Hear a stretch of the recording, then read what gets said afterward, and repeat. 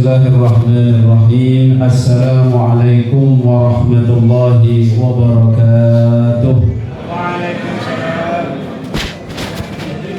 Alhamdulillahil mubdi'ul mu'id, al-fa'alu lima yurid, alladhi khalaqal khalqa faminhum syaqiyyu wa sa'id. Fahadha qarrabahu lihadratihi wa hadha ashqahu fahuwa ba'id. Ashhadu an la ilaha illallah wa ashhadu anna Muhammadan abduhu wa rasuluh, afdhalur rusuli wal 'abid. Allahumma salli wa sallim wa barik wa karim ala habibina wa syafi'ina wa qurrati a'yunina sayyidina Muhammad wa ala alihi wa sahbihi wa sallim tasliman katsira. Amma ba'd. Yang saya muliakan, yang saya hormati para alim, para ulama, para pimpinan yang hadir, manajemen, dan juga para sesepuh bini sepuh, para senior kita, guru-guru kita, dan para hadirin hadirat yang semoga senantiasa dirahmati oleh Allah Subhanahu wa taala. Alhamdulillah, mari kita bersyukur kepada Allah Subhanahu wa taala. Pada siang hari ini diberikan kemudahan, diberikan umur panjang untuk bisa hadir di acara silaturahim halal bihalal, yang mana ini merupakan nikmat yang harus kita syukuri. Berarti kehadiran kita di sini menunjukkan kita ini adalah orang yang sehat. Alhamdulillah. Yang kedua, kehadiran kita di sini Bapak Ibu menunjukkan kita ini tidak ada masalah antara tetangga, antara kolega, antara saudara seiman khususnya, tidak ada masalah. Buktinya kita bisa duduk dan tempat duduknya pun diacak, tidak pakai lihat kanan kiri saya mau duduk dengan siapa gitu Bapak Ibu ya. Pokoknya duduk begitu aja. Ini menunjukkan bahwasanya hati kita sedang aman. Coba kalau panjenengan punya hutang, nggak nyaur-nyaur sama temennya, mau duduk aja mikir, ini saya nggak boleh duduk di pinggirnya Bu itu nih, sudah 5 tahun nggak nyaur-nyaur. Apalagi ada masalah sebelum datang di sini, mesti nanya dulu, si fulan itu hadir apa enggak Pak? Kalau hadir biar saya nggak hadir. Alhamdulillah kita semuanya bisa hadir. Bahkan kata Pak Subhan tadi sudah hampir lengkap. Alhamdulillah. Bapak Ibu, Syawal ini mengajarkan kita untuk menjadi orang-orang yang dekat dengan Allah dan dekat dengan hamba Allah. Arti Syawal itu adalah meningkat. Harapannya adalah setelah kita masuk di bulan Syawal, ibadah kita meningkat, kedekatan kita kepada Allah meningkat. Jangan sampai kata Nabi, jangan seperti seorang itu yang dulunya qiyamul lail tapi dia sekarang tidak qiyamul lail. Jangan sampai menjadi orang itu hanya ibadahnya semangat di Ramadan saja. Setelah Ramadan wassalam sudah, sayonara. Kalau di Ramadan setiap harinya 1 juz, 2 juz. Setelah Ramadan jadi just juz, nggak jelas. Juznya nggak jelas. Setelah Ramadan lupa kalau sedekah itu juga masih sunnah, baik Ramadan ataupun setelah Ramadan. Maka Syawal ini Bapak Ibu pembuktian kita. Kalau Ramadan kita mau puasa itu mudah, godaannya tidak banyak karena semuanya pada puasa. Justru kalau tidak puasa tidak enak. Tapi kalau Syawal begini, yang mau puasa lihat-lihat dulu undangan, daftar undangan ini. Kalau di sini wah rugi di puasa Syawal sekarang, nanti aja lah gitu kan. Ini Syawal ini godaannya besar Bapak Ibu. Kalau dulu kalau kita ini Ramadan mau sholat tarawih, sholat sunnah itu karena imamnya enak, yang baca pun enak gitu, apalagi di Manarul Ilmi sudah jelas enaknya. Wah 11 rakaat, 23 rakaat, ya paling terasanya setelahnya. Tapi kalau sekarang belum tentu panjenengan sholat sendiri 11 rakaat tahajud, 2 rakaat mungkin sudah sujud tidak bangun-bangun. Ini yang repot Bapak. Maka sholat sunnah tetap wajib. Bahkan dikatakan man shalla 12 rakaat siwal fardhah banallahu lahu baitan fil jannah. Orang yang sholat 12 rakaat selain sholat fardu, sholat sunnah itu karena Allah, karena ingin mendekatkan dirinya kepada Allah dalam setiap harinya sehari semalam, maka Allah akan bangunkan dia rumah di surga. Tiap hari bangun rumah. Ini penting ini. Minimal itu sholat rawatib lah bertahan. Syukur-syukur ditambah sholat duha. Jadi kalau rawatib saja kalau dihitung itu sudah bisa 12. 2 rakaat sebelum zuhur, 2 rakaat setelah zuhur, 2 rakaat sebelum asar, 2 rakaat sesudah maghrib, 2 rakaat sesudah isya. Udah berapa itu? 10. 2 rakaat sebelum subuh. Itu sudah 12.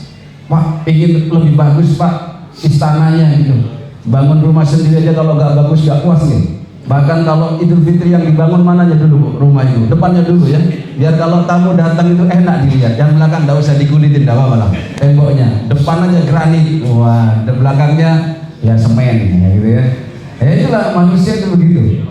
Jadi kalau urusan dunia saja kita perhitungan, urusan akhirat harus juga perhitungan.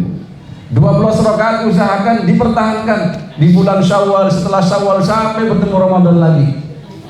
Karena 12 rakaat itu kalau kita istiqomah setiap harinya, Allah bangunkan surga itu, dalam surga itu istana atau rumah di surga. Apalagi mau ditambah ini 4 rakaat sebelum zuhur misalkan, jadi 4 rakaat setelah zuhur, itu diharamkan oleh Allah kulitnya untuk terbakar dari api neraka. Apalagi mau ditambah misalkan 2 rakaat sebelum asarnya jadi 4 rakaat, itu didoakan oleh Rasulullah SAW, rahimallahu rajul shalla 4 rakaatin qabla al-asr. Allah, semoga Allah merahmati seorang yang sholat 4 rakaat sebelum asar. Kalau sholat 2 rakaat sebelum subuh, rugi ditinggalkan. Karena ini luar biasa keutamaannya. Disampaikan oleh Rasulullah SAW, rakaatayani qabla al-fajr khairun minad dunya wa ma fiha. 2 rakaat sebelum fajar itu kalau kita lakukan karena Allah, ikhlas karena Allah, walaupun hanya baca alam nashrah dan alam tarah, itu lebih keren, lebih baik daripada dunia dan seisinya. Ya, jangan hanya fokus sunnahnya. Otomatis kalau sunnahnya saja kita perhatikan, berarti sholat fardunya juga diperhatikan. Ikhwatal iman jamaah sekalian, di Syawal ini kita diajarkan untuk menjadi orang yang istiqomah. Fastaqim kama umirta. Beristiqomah dalam iman, dalam ibadah, sampai kita beribadah wa'bud rabbaka hatta ya'tiyakal yaqin, sampai ada yakin dalam hati kita bahwasannya ya Allah, saya beribadah di Ramadan itu saya yakin karenamu. Saya beribadah itu karena ingin menjadi hamba Allah yang berorientasi kepadamu. Kunu rabbaniyin, dan menjadi orang-orang yang berorientasi kepada Rabbul Alamin, bukan menjadi Ramadhaniyin, orang yang ibadahnya semangat hanya Ramadan saja Pak. Kena hadis-hadis misalkan beribadah di Ramadan, ya kalau Ramadan ini belajar ibadah wajibnya dilipat-lipat gandakan, ibadah sunnahnya ya dijadikan ibadah seperti ibadah wajib. Apalagi kena hadis doif misalkan yang lemah, misalkan tidurnya saja ibadah, tidur terus Ramadan, nggak bangun-bangun, ibadah katanya kita. Ikhwatal iman jemaah sekalian, namun ibadah itu bukan hanya hablum minallah saja Bapak Ibu. Justru kalau kita berbuat dolim, berbuat maksiat itu lebih mudah bertobat kepada Allah dibandingkan kita berbuat dolim kepada seorang hamba Allah. Maka Allah dalam hadis qudsi menyampaikan, ya ibadi inni haramtu dzulma ala nafsi faja'altuhu muharraman bainakum fala tadhalamu. Kata Allah dalam hadis qudsinya, wahai hambaku, aku telah mengharamkan kezaliman terhadap zatku, maka aku haramkan kezaliman di antara kalian. Kezaliman ini Bapak Ibu, selama kita kumpul sama manusia ini biasanya pasti ada. Walaupun kadang niatnya baik, niatnya sudah baik, apalagi niatnya tidak baik. Contohnya gimana kalau niatnya baik, ternyata ada saja kezaliman itu. Misalkan gak diundang waktu nikahan anaknya, misalkan ada profesor gak ngundang sampean, tersinggung sampean gak diundang. Padahal tujuannya baik, sakno iku dosen nom gaji sik gak nutut kayak ibu, gak diundang malah tersinggung itu. Profesor ini, wah mentang-mentang guru besar aku gak diundang, betul ibu wali didik, kadang itu begitu. diundang terus malah gini. Oh aku terus kena terus loh, repot ini. Gak diundang tersinggung, diundang terus juga kok istiqomah ngundang aku. Woro-woro aku ini bawaan belo gitu repot. Maka dari itu Iman semakin tinggi, justru semakin menjadi sesepuh itu semakin rawan ini. Karena memang sesepuh itu julukannya sesepuh, disesep dan semakin ampuh. Gitu ya. Makanya panjenengan yang muda-muda ini juga harus juga jaga. Kadang jaga ini jawab SMS saja kalau salah itu bisa tersinggung. Saya terus terang ya, dulu dinate sama dosen senior waktu masuk, Pak tolong Pak adabnya anak-anak itu Pak diajarin Pak.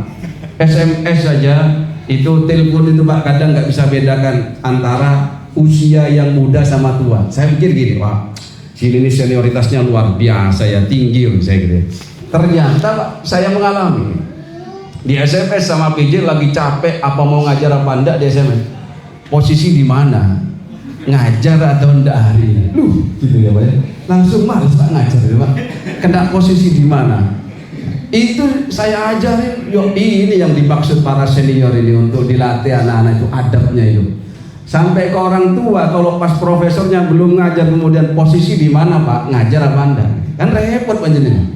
Jangankan mahasiswa, dosen yang muda saja lah, kemudian bilang posisi di mana di SMS gitu. Apalagi pas lagi banyak kerjaan, lagi banyak tuntutan, lagi banyak hal-hal yang dipikirkan, itu orang muntah langsung ya Pak ya. Posisi di mana? Jawab aja di hatimu gitu. Saya pernah jawab mahasiswa gitu. Posisi di mana Pak? Saya jawab di hatimu. Itu malah nggak paham Pak kalau di Semoni gitu. Jangan gitu dong Pak. Aduh ini repot gitu. Dikira saya suka nanti ini. Ya, padahal ini PJ Pak. Jadi Bapak Ibu, kadang kita ini hidup sama manusia ini Bapak Ibu, memang Allah suka. Hidup orang dengan manusia, bergaul dengan manusia, Allah suka. Kenapa Allah suka? Karena kita makhluk sosial dan potensi untuk berpahala juga ada. Namun ingat, kezaliman ketika kita hidup bergaul dengan manusia juga pundi-pundi dosa itu juga mungkin juga ada, gitu ya. Siapa Pak kalau kita ini? Kenapa kok ada hadis itu? Katanya mayyuminu billahi wal yaumil akhir. Barang siapa orang yang beriman kepada Allah dan hari akhir, katanya falyakun khairan aw liyasmut. Kalau berkata-kata itu yang baik, kalau tidak bisa berkata baik, diam sajalah. Diam saja, terkadang kita ini salah gitu. Coba bapak-bapak pas pulang dari kerja, assalamualaikum, istrinya diam aja. Salam. Padahal sudah jawab. Pulang. Wah kamu ini repot, udah salam kok gak dijawab. Sudah ya tadi ya, aku gak enak badan, tapi tersinggung. Belum lagi kalau ibu-ibu nawarin sahur sama suaminya, Pak mau sahur apa nanti, terserah itu tersinggung. Terserah kok dimasak lo gak gelem makan. Wis anu lah bebek lu asam uratmu lo pikirin. Aduh. Terus apa ya dia? Tempe gak bosan. Jadi mau terserah saya gitu ya terus gak sahur dari mana. Itu aja menjadi masalah Pak. Ya, suami istri itu juga tetangga loh ya. Suami istri juga tetangga. Senior junior juga tetangga. Ini kota Iman Syawal ini kita bertemu ini untuk mengurangi dosa gitu loh. Mungkin kita ini berkata itu apa ya kita tersinggung walaupun bercanda. Apalagi pada apa saya ini pengen cemilan yang gurih-gurih itu apa? Itu loh micin katanya. Kita aja tersinggung kan? Oh micin, ya tersinggung, ya repot. Nah, ini bercanda saja itu kadang tersinggung. Apalagi sudah pakai julukan-julukan. Saya itu kalau di pesantren, ya julukannya aneh-aneh teman-teman. Ada yang dijuluki nyambe, ya. Ada yang bikin ulo, ya.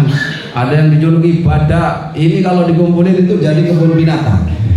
Jadi panjenengan, apalagi yang senior-senior itu ya, walaupun itu panggilan saya, julukannya itu dirubah saja lah. Dirubah yang keren-keren gitu. Abu Hurairah mending gitu ya. Atau apa gitu. Julukan-julukan yang tidak membuat tersinggung lah. Orang gemuk Pak dibilang gemuk tersinggung lah. Ya, apalagi dibilang apa gembrot, oh tambah tersinggung. Orang hitam dibilang hitam itu juga tersinggung. Makanya kalau dalam urusan berbohong kok dia itu menjaga perasaan boleh. Misalkan panjangan ditanya oleh istrinya, Mas saya ini kata orang kok tambah gemuk ya Mas. Yo Kak gemuk tok sampai nu gembrot. Wah tambah yang tersinggung. Ya. Kalau yang menjawab gini misalkan, ndak gemuk deh sampai niku yo montok. Nah gitu tuh, itu nggak apa-apa Pak. Walaupun aslinya nggak ada lekukannya belas itu. Tapi kalau sampean jaga perasaan ndak apa-apa itu ya, ndak apa-apa. Atau misalkan sampean sama istrinya ditanya, atau suaminya nanya, "Dik, katanya aku koro-koro mari nikah kita bahas soro tambah wireng aku deh." Jangan jawab polos Bu. Ya jangan sampai pakai dalil kulil haqqa walau kana murran katanya. Katakan kebenaran walaupun itu pahit gitu. Ya jangan Bu. Sampean jawab ireng tok sampean wis gosong tenan gosong. Ah terus singgung akhirnya. Jawab aja, jangan gak ireng sih Mas. Sampean ku manis sampean, tambah manis, tambah ireng tambah manis to sampean Mas. Insyaallah itu tambah Bapak Ibu, tambah mesra. Bapak Ibu, ibadah imannya Mas sekalian. Kemudian dilanjutkan dalam hadis itu, wa man kana yu'minu billahi wal yawmil akhir falyukrim jarahu. Barang siapa orang yang beriman kepada Allah dan hari akhir, muliakan tetangganya. Tetangganya ini Bapak Ibu, kalau di kata itu kalau dalam perumahan itu yang paling dekat, ya, yang paling dekat dengan panjenengan pintunya. Berarti kalau depan itu pintunya lebih dekat, yaitu tetangga yang paling dekat. Kalau bersebelahan itu pintunya dekat, yaitu tetangga paling dekat. Ada yang mengatakan 40 ke depan, 40 ke belakang, 40 ke kanan, 40 ke kiri. Kalau Nabi SAW memerintahkan kepada istrinya, kalau bikin sop atau kuah, ya, marok, diperbanyak, kemudian dihitung, diterterin. Karena ada budaya itu teratur. Kalau di Madura itu ada. Sekarang kayaknya sudah gak musim, pakai GoFood kayaknya ngaternya ya. Ya repot sekarang, modern itu banyak terkikis budaya-budaya kita. Padahal budaya teratur itu menurut saya falyukrim jarahunya ada. Jadi memuliakan tetangga. Minimal kalau tidak bisa memuliakan itu Bapak Ibu, jangan menyakiti. Menyakiti itu bisa karena suaranya. Kadang salah parkir di perumahan saya itu gawat itu. Mungkin sudah ngantuk ya, pulang kerja jam 12 parkir depan rumah tapi agak miring gitu. Agak miring akhirnya mobil tidak bisa lewat berpapasan, rame di kru, ya kan? Akhirnya banyak kan ada tulisan di perumahan itu, sebelum beli mobil siapkan garasinya dulu, ya kan? Itu repot tuh. Itu gara-gara hidup bertetangga tidak bisa memuliakan tetangganya. Apalagi kalau perumahan itu temboknya jadi satu. Ya, kalau mau masang figura atau apa kayak gini, makunya jangan siang-siang kaget karena tembus ke tetangga. Tuk begitu tuh kan. Ya ini kota liman repotnya bertetangga itu. Dan yang ketiga adalah falyukrim dhaifah. Jadi orang yang mau beriman kepada Allah dan hari akhir itu ciri-ciri adalah falyukrim dhaifah, memuliakan tamunya. Memuliakan tamu ini kalau di Madura Bapak Ibu, biasanya tamu itu mesti dikasih makan. Makan itu makan ya seadanya. Kalau misalkan tuan rumah adanya aja tahu goreng, tempe goreng, ya itu yang keluar, itu rezekinya tamunya. Makanya katanya tamu itu membawa rezeki. Akhirnya ada yang protes, ini kok gak bawa oleh-oleh Pak Ustaz? Ini rezekinya siapa yang dibawa? Ya biasa bisa jadi rezekinya tuan rumah ini dibawa banyak ini. Ya, dia soalnya nggak bawa oleh ini, kosongan dia datang ini. Terus bawa ini, bawa itu, ya. Dan tidak apa-apa Ibu, rezeki itu bukan hanya harta saja kan? Ketika panjenengan ada tamu lalu panjenengan bisa nemuin itu, berarti panjenengan diberikan rezeki sehat, ya, rezeki sehat. Kalau panjenengan bisa menemuin atau kata orang Madura mangkiin ya, nemuin tamu itu berarti panjenengan diberikan rezeki panjang umur. Kalau tidak sehat, tidak bisa nemuin. Kan ada panjenengan misalkan mau bertamu terus ditolak, kenapa? Ambeien. Gitu. Jadi gak bisa nemuin. Satu lagi gak bisa nemuin Pak, lagi anyang-anyangan ya. Itu ruwet itu Bapak Ibu. Kita bersyukur ini bisa kesini, ini bisa silaturahim, ya bisa bertemu. Kalau misalkan kita berkunjung satu-satu ke rumahnya, bisa jadi sebulan belum selesai gitu. Apalagi satunya ada yang di Jawa Tengah, Jawa Timur, mana yang pelosok-pelosok situ. Alhamdulillah, acara halal bihalal ini kita jadikan sebagai momentum itu. Wal afina 'anil nas, sebagaimana yang dibacakan oleh qori kita tadi. Wasari'u ila maghfiratin mir rabbikum wa jannah. Kita diperintah oleh Allah, silakan bersegera menuju surganya Allah. Silakan bersegera untuk menuju maghfirahnya Allah.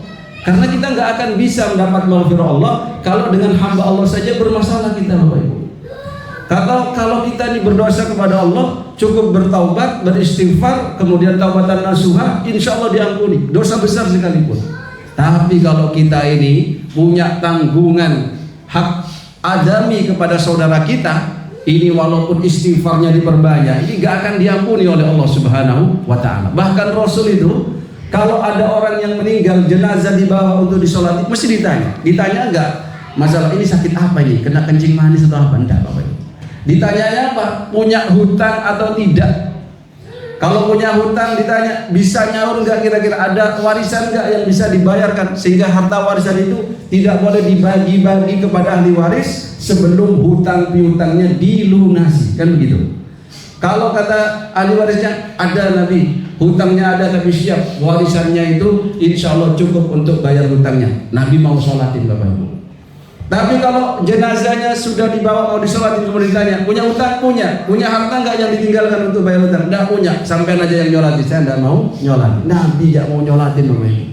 Karena percuma didoakan, tetapi dia tidak layak untuk didoakan maghfirah.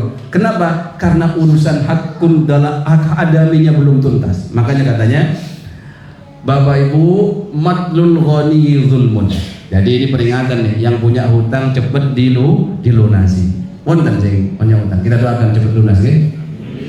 Apalagi cicilannya tinggal 15 tahun, Pak. Usia sudah 60. Aduh, repot ini, ya. Makanya Bapak Ibu, matlul ghani zulmun katanya. Apa matlul ghani zulmun itu adalah menunda-nunda bayar hutang padahal dia mampu, itu zalim. Jadi punya hutang ke tetangga, punya hutang ke saudara, tapi mobilnya lebih bagus daripada tetangganya. Tetangganya pakai mobil tahun 90-an mogok-mogokan, dia pakai mobil 2021 tahun atau Grace mudik, tapi hutangnya nggak disaur-saur. Zalim itu. Perasaan tetangganya gimana?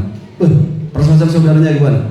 Enak, ngutang dari mobil yang wapi, pikiran mau, nah, gitu kan ya? Ini bisa boleh. Sampai kita berpenampilan ini Bapak Ibu, kalau tidak bisa menyesuaikan, boleh gitu. Contoh kenapa di Al-Quran itu, di hadis ya, dilarang orang itu menggunakan piring atau tempat minum dari emas, ya. Kenapa itu Bapak Ibu? Karena itu melukai perasaan orang miskin. Nah, syukur panjenengan semua ini kesini nggak pakai gelang yang berenteng sampai segini, ya. Kalau ada itu Bapak Ibu, soalnya ya kemanten ke acara seperti ini, rentengan segini, pakai semua terus-terusnya emas semua itu, ya. Itu kalau pas sebelahnya itu gelangan karet, gimana? Tersinggung nggak? Ya? Terus kerasan. Ini gak bunyi plus gelepek. Karet semua, karet bentuknya apa gitu ya. Ini tersinggung Ibu terkadang. Itu makanya kita ini kalau kumpul sama manusia itu peluangnya dua, dapat pahala, dapat dosa. Makanya ada seorang wali itu yang namanya Uwais Al-Qarni, itu tidak dikenal sama manusia tapi dikenal oleh malaikat. Beliau tuh banyak menghabiskan waktunya dengan kambing, dengan onta. Karena kumpul kambing itu sulit untuk rasan-rasan. Bisa punya kumpul kambing rasan-rasan. Waduh siku ya apa ya? Tidak bisa. Kumpul onta mau ghibah, mau hasud itu Bapak Ibu ya. Antara ustaz dengan ustaz bisa hasud. Pedagang dengan pedagang bisa hasud, dosen dengan dosen bisa hasud, karena dosen muda merasa aku kok di pulau bodoh ya, dikongkon-kongkon terus, karena tugas. Padahal ya husnudzonnya harusnya kan gini, saya ini dinaikkan standar kompetensinya oleh senior saya, kan begitu Allah Subhanahu. Tapi kan namanya hati, husnudzonnya pasti ada. Makanya katanya kalau ingin enak hatinya itu husnudzon. Kemudian kalau ingin enak hatinya katanya wal afina 'anil nas. Kalau wal kadhiminal ghaidz saja, itu akan kena penyakit aja benar. Ya, Bapak Ibu kalau punya penyakit ya, karena gara pikiran gitu orang Madura. Pikiran itu kepikiran ya. Kepikiran itu Bapak Ibu punya masalah, mau melampiaskan tidak bisa, tapi tidak mau maafkan. Apalagi masalah itu terjadi dengan orang terdekatnya yang setiap hari dia ketemu, tambah itu cepat mati.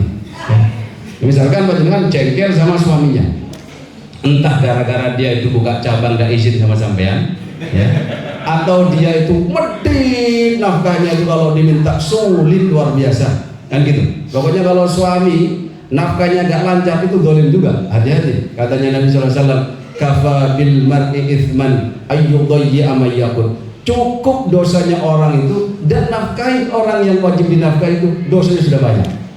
Apalagi setiap pagi didoakan oleh malaikat, Allahumma ya Allah, kalau ada nih orang yang berinfak iktimum fibal khalafah, dia kasih yang lebih banyak ya Allah, ganti yang lebih banyak.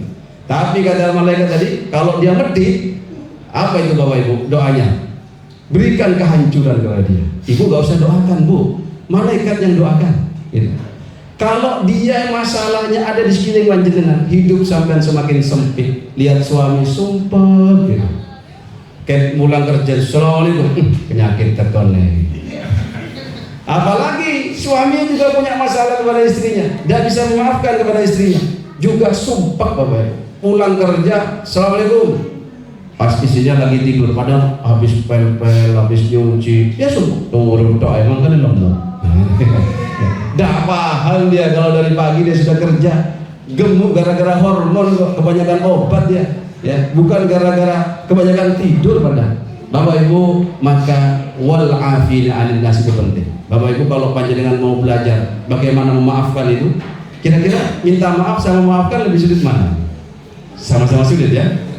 Apalagi panjenengan itu ngerasani misalkan atau berdolim kepada orang yang mau minta maaf atau menjelaskan itu sulit.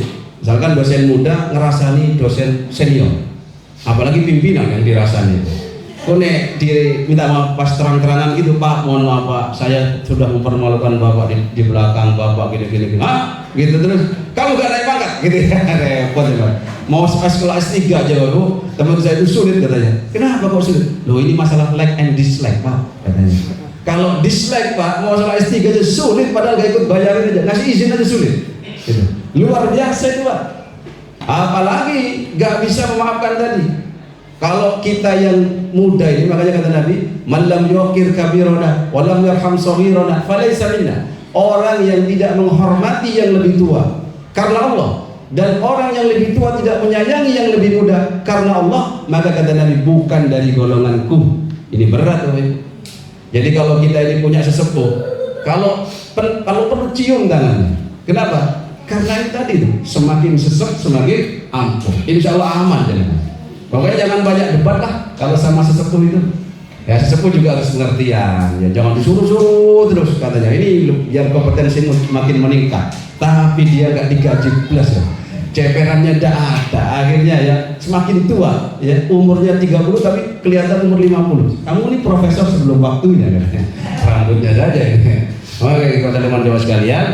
Wal kadhiminal ghaidha wal 'afina 'anil nas. Mari kita di kesempatan hari ini kita saling melebarkan hati kita, melapangkan dada kita berusaha memaafkan. Apakah kita sengaja atau tidak sengaja dalam bergaul ini? Mari kita belajar untuk memaafkan. Nabi itu ikhwatal iman sangat banyak sekali memaafkan dosa-dosa dan kesalahan-kesalahan orang-orang yang menyakitinya. Bahkan ketika 13 tahun di Mekah itu, bayangkan panjenengan, beliau diusir, beliau ini disakiti, bahkan apanya pernah diembargo, terusir dari tanah kelahiran. Tapi ketika Fathu Mekah, kalau Nabi pendendam itu habis orang Mekah itu, ya.